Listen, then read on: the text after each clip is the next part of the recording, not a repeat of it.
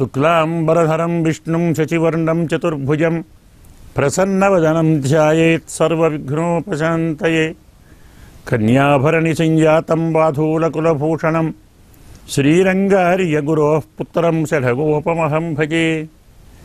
అస్మత్ గురుభ్యో నమః.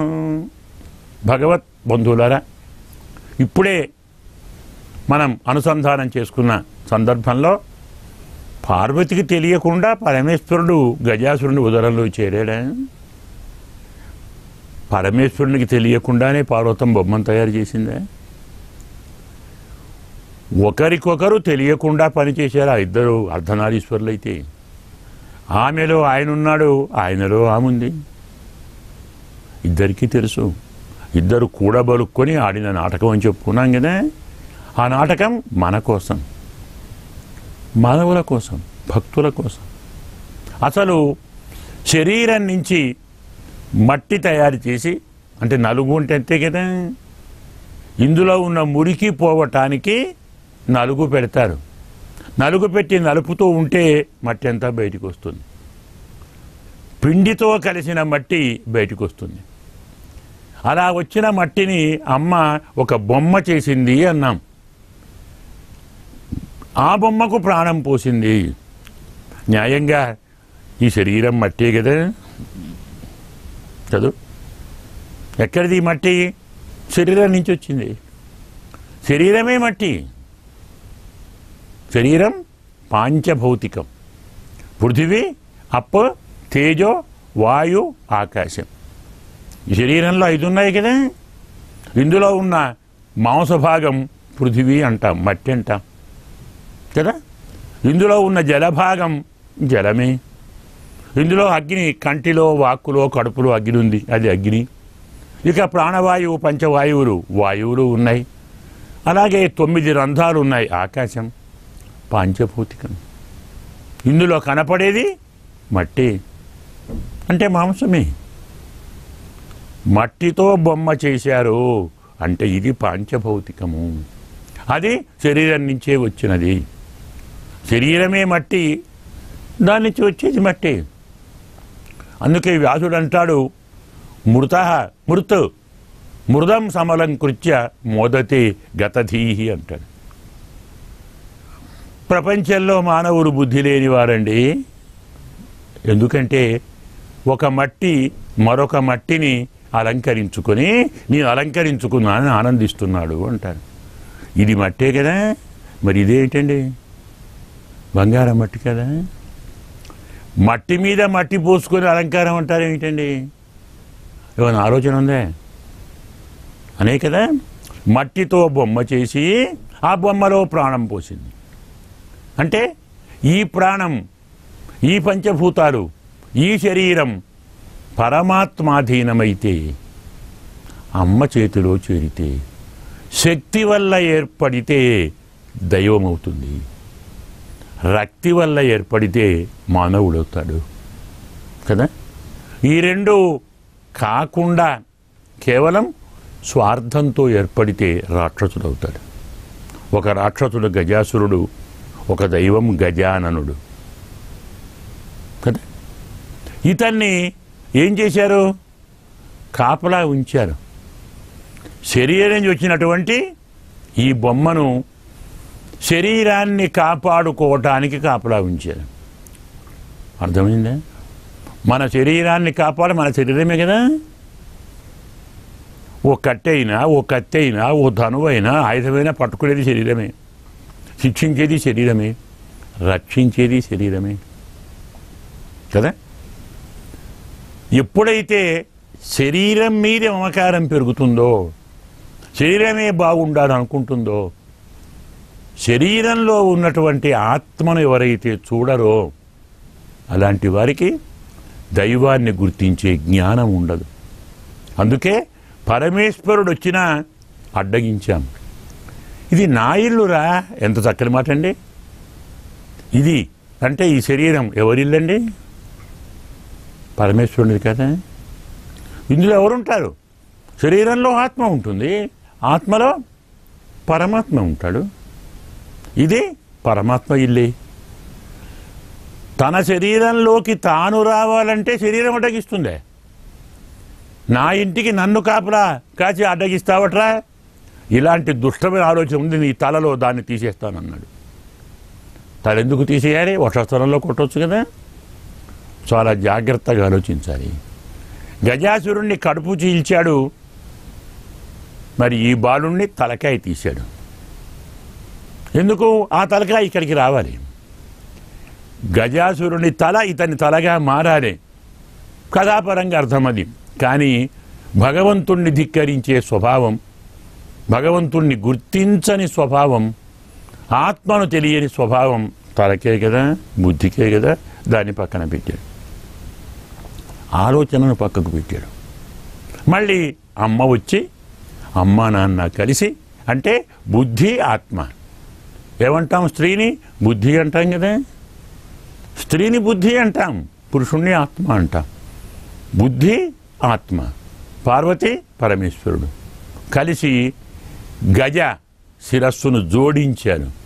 అంటే చెడు ఆలోచనలు తొలగించి, నా తల అందరూ పూజించాలి, నాలో ఉన్న ఈ భావాలు తొలగి మంచి భావాలు కలగాలి, లోకమంతా ఆరాధించాలి అని ఆలోచన వచ్చిన తలను ఈ దేహానికి అమర్చారు. దానవత్వము పోయింది, మానవత్వము పోయింది, దైవత్వము వచ్చినది. అంటే మామూలు బాలకుడు గజాననుడు అయ్యాడు. ఇప్పుడు చెప్పుకున్నాం కదా, ఏనుగు అంటే మరి దైవమని, ఏనుగు అంటే మానవుడని, ఏనుగు అంటే జ్ఞానమని. ఆ పక్షంలో అజ్ఞానము, దానవుడు, స్వార్థము అవి పోయాయి. ఇక్కడ ఉంటే, ప్రకృతిలో ఉంటే, శరీరం శరీరంగానే తలకు ఉంటే స్వార్థం, దానవత్వం, రాక్షసత్వం, అజ్ఞానం కలిగి ఉంటాయి. ఈ తలను, అంటే ఈ తలపును, ఈ ఆలోచనను పరమాత్మ కల్పిస్తే లోకారాజ్యుడవుతాడు. ఈ గజ శిరస్సు బాలకునికి చేరితే గజాననుడయ్యాడు. అతను కాస్త గణపతి అయ్యాడు. అదేమిటి? గణానాం త్వా గణపతి గుంహవామహే కవిం కవీనాం, వేదం చెప్తుంది. అతను అన్ని రకముల గణములకు అధిపతి. ఎన్ని గణాలున్నాయి? ఈయనే కాదు, పరమాత్మకు పేరు గణపతి అని కదా. ప్రకృతి, మహత్తత్వము, అహంకారము, జ్ఞానేంద్రియాలు, కర్మేంద్రియాలు, పంచభూతాలు, పంచ విషయాలు, మొత్తం 23 గణములు. ఈ గణములకు అధిపతి గణాధిపతి అంటే పరమాత్మే. అంత మనం గుర్తించలేమని తలపును బాగు చేసుకోండి. శరీరాన్ని కాదు, అందులో ఉన్న ఆత్మను గుర్తించండి. తలకాయను శుద్ధి చేసుకోండి. అందుకే త్రిశూలంతో తీశాడన్నాడు కథలో. త్రిశూలం ఉంటే 3 అగ్రాలు ఉంటాయి కదా, సత్వం, రజస్సు, తమస్సు. మనలో ఉండేటువంటివి ఈ 3. వాటిని ఒకటి చేసి ఆ 3ను పరమాత్మ కల్పిస్తే అది దుష్టత్వాన్ని, దానవత్వాన్ని, రాక్షసత్వాన్ని, అహంకారాన్ని తొలగిస్తుంది. అప్పుడు దైవత్వాన్ని కలిగిస్తుంది. మామూలు బాల శరీరం పక్కకు పెట్టి గజ శరీరం వచ్చినది. అప్పుడు ఈ స్వామిని గణాధిపతి చేశారు. కొంచెం జాగ్రత్తగా ఆలోచిస్తే ఇందులో దైవత్వం ఎక్కడొచ్చింది? ఏనుగు తల పెట్టగానే గణపతి కాలేదే, గజాననుడయ్యాడు. అంటే జ్ఞానము, ధ్యానము, త్యాగము, క్షేమము, ఈ 4 న్యాయంగా దంతములు. కానీ 3 వదులుకున్నాడు, ఒక్కటే ఉంచాడు. ఒక్క జ్ఞాన దంతాన్ని ఉంచాడు. తక్కిన దంతంతో వాణ్ణే సంహరించాడు. మూషకాసురుడు ఇంకోడు ఉన్నాడు. రహస్యం గమనించండి. మూషకాసురుడు అంటే ఎవరండి? మూషకం అంటే ముషస్తేయేని ధాతువు, దొంగిలించేదాన్ని మూషకము అంటాం. ఎలుక గదు అదేం చేస్తుందండి? మనం చూస్తూ ఉండగానే మన కళ్ళ ముందరే వెళుతుంది, మన వస్తువుని తీసుకుని. మనం దాన్ని ఏం చేయలేము, కొట్టలేం, బెదిరించలేం, కొడితే దొరకదు. ఇంత ఉంటుంది, అంత వేగంగా వస్తుంది, తీసుకొని పోతుంది. అన్నీ దొంగిలించేది మూషకం. ఏది? మన మనస్సు కదా, మనల్ని దొంగిలిస్తుందా లేదా?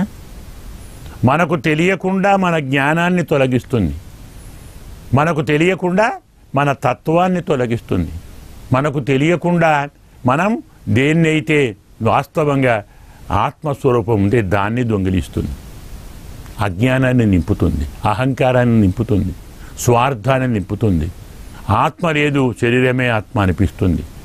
మూషకమే మనస్సు. అందుకు గజాననుడు మూషకాన్ని వాహనం చేసుకున్నాడు. ఆయన వచ్చి మనస్సులో కూర్చుంటే ఇంకేముందండి?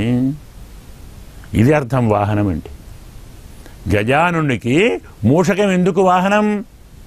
గజాననుడు ఉంటే పేరేదైనా సరే కదా, పరమాత్మే కదా, అన్నీ ఆయనే. యోయో యాం యాం తనుం భక్త శ్రద్ధయా అర్చుతు, అన్నీ ఆయన శరీరాలే, అన్నీ ఆయన స్వరూపమే. ఆయన పరమేశ్వరుడే, పరమాత్మే. ఆ పరమాత్మ మూషకాన్ని వాహనం చేసుకున్నాడు, అంటే మన మనస్సును వాహనం చేసుకున్నాడు. అది ఎలా? దంతంతో సంహరించిన వాడిని వాహనం చేశాడు. ఎంత అద్భుతమైన రహస్యం అంటే, తత్వం తెలుసుకోవాలి, కథ వినటం కాదు. దంతం అంటే ఏమిటండి? అయ్యో పన్నండి మాకు తెలుసు అంటే ఏమిటి? దంతం ఏం చేస్తుంది? రసగ్రాహకో దంత అని శాస్త్రం. దంతం రుచి తెలుపుతుంది, తెలుసా? అదేంటండి 4 గెల రుచి తెలిపేది? దీనికి రసన అని పేరు కదా. మరి దాన్ని మీరు అలా అంటున్నారేమిటి? పళ్ళతో నమిలి రసాన్ని ఇస్తే నాలుక గుర్తిస్తుంది. నమలకుండా మింగామనుకోండి, నాలుకేం తెలుస్తుంది ఏం రుచిందో? అవునా? రసనకు రసాన్ని చూపేది దంతము. దంతముతో మూషకాన్ని సంహరించాడు, అంటే రుచితో, ఆస్వాదంతో, స్వాదంతో మనసును సంహరించాడు. అంటే మనస్సు యొక్క ప్రాణం ఎక్కడుంది? రుచిలోనే ఉంది కదా. రుచి అంటే కోరికండి. ఇల్లు కావాలి, భార్య కావాలి, పిల్లలు కావాలి, పుత్రులు కావాలి, సంపద కావాలి, భోగాలు కావాలి, ఆనందం కావాలి, సుఖం కావాలి, సంతోషం కావాలి, ఇవన్నీ నాకే కావాలి. ఇదంతా రుచే, అవునా? ఇదే దంతం. దానితో వాణ్ణి సంహరించాడు, అంటే రుచితో మనస్సును కొట్టాడు. అంటే ఏమిటి? రుచితో కొట్టడం ఏంటి? పిచ్చివాడా, అసలు రుచి అది కాదురా, ఇది. భగవత్తత్వాన్ని కోరినదే రుచి, దాన్నే జ్ఞానదంతం అంటాం. ప్రపంచం, ప్రకృతి, దాని సౌందర్యం కోరితే ఏమవుతుంది? అజ్ఞానం కదా.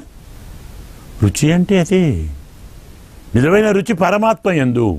ఏ రుచి చూస్తే, ఏ రసం ఆస్వాదిస్తే మళ్ళీ మనకు ఇంకా కావాలి, ఇంకా కావాలి, ఇంకా కావాలని ఆశ పెరుగుతూ సంసారాన్ని మీద ఆ విరక్తి కలిగి స్వామిని కోరుతామో అది నిజమైన రుచి. ఇది తప్ప నాకు ఇంకేది వద్దు, పరమాత్మే కావాలి. ఇలా పరమార్థ రుచి అనేటువంటి దంతంతో దొంగిలించే మనస్సును సంహరించాడు. మళ్ళీ అతను వేడుకుంటే అతనికి తన వాహనంగా వరం ఇచ్చాడు. అంటే ఇప్పటి నుంచి నేను నీ మీదే అధిరోహిస్తాను, నిరంతరం నేను నీ మనస్సులోనే ఉంటాను.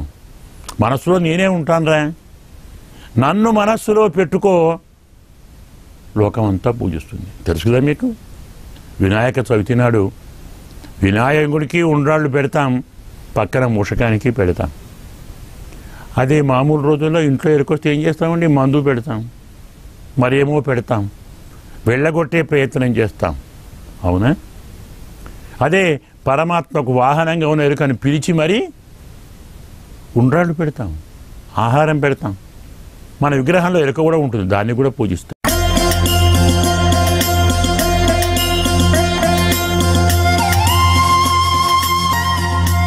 ప్రపంచం మీద ఆశతో, కోరికతో, వ్యామోహంతో, మదంతో, మత్సరంతో ఉన్న మనసును కొట్టాలని ప్రయత్నిస్తాం, వెళ్ళగొట్టాలని ప్రయత్నిస్తాం, పట్టాలని ప్రయత్నిస్తాం.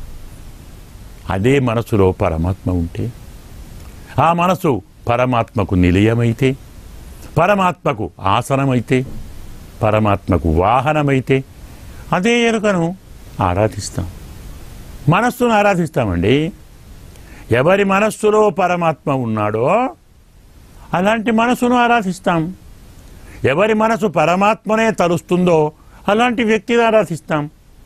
ఎవరి మనసు లౌకికంగా లోకంలోని పుత్ర మిత్ర కళత్ర భ్రాతృ బంధు పశు ధన ధాన్య వస్తు వాహనాదులను కోరుతుందో ఆ మనస్సును తరిమేస్తాం. మూషకాసురుడు అంటే అర్థం ఇది. ఇక ఇతను ఎలా అయ్యాడు? గణపతి.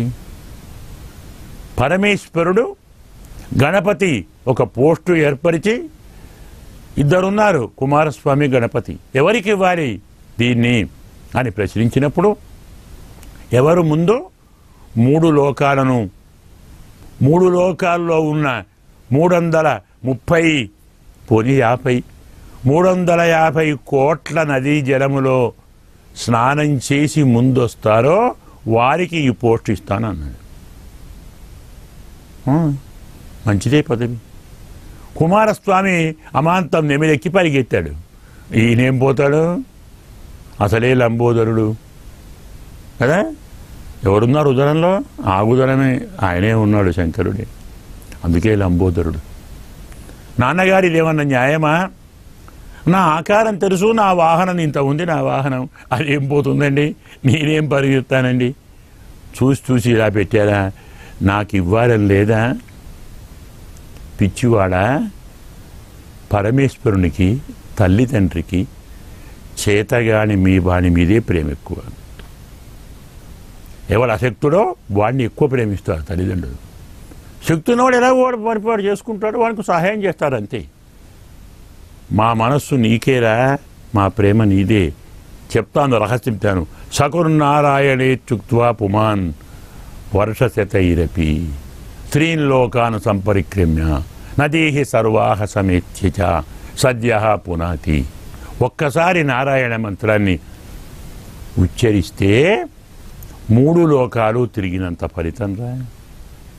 350 ఎందుకంటే అన్ని తీర్థాలు వచ్చింది ఆయన పాదం నుంచి కదా. గంగా విష్ణు పాదోద్భవీం గంగామని శాస్త్రం కదా. అందువల్ల 350 కోట్ల తీర్థాల్లో మునిగిన ఫలితం ఒక్కసారి నారాయణ అంటే వస్తుందిరా అని నారాయణ మంత్రోపదేశం చేశాడు స్వామి. గణపతి ఆ మంత్రాన్ని జపించాడు, కథ మీకు తెలుసు. అందరికంటే ముందున్నాడు. అలాంటి వాడు గణపతి అయ్యాడు. నారాయణ మంత్రాన్ని ఉపాసన చేస్తే గణపతి అయ్యాడు, మర్చిపోకండి.